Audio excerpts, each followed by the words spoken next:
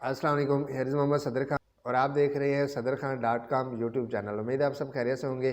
जैसा कि आप जानते हैं कि इस चैनल पे हम स्कॉलरशिप्स और जॉब अपडेट्स लेके आते रहते हैं। तो अगर आपने मेरा चैनल सब्सक्राइब नहीं किया तो चैनल सब्सक्राइब करें, लाइक करें, शेयर करें ताकि मैक्सिमम लोगों को फ़ायदा हो सके। और इसमें बेल आइकन मस्ट प्रेस कर लें ताकि आने वाली वीडियो का नोटिफिकेशन आपको मिल सके और आपको इसका फ़ायदा हो सके।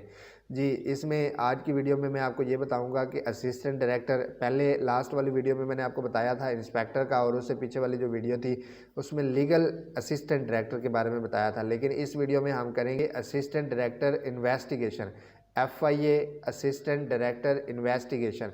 जी, इसका बेसिक स्केल क्या है? 17 स्केल है।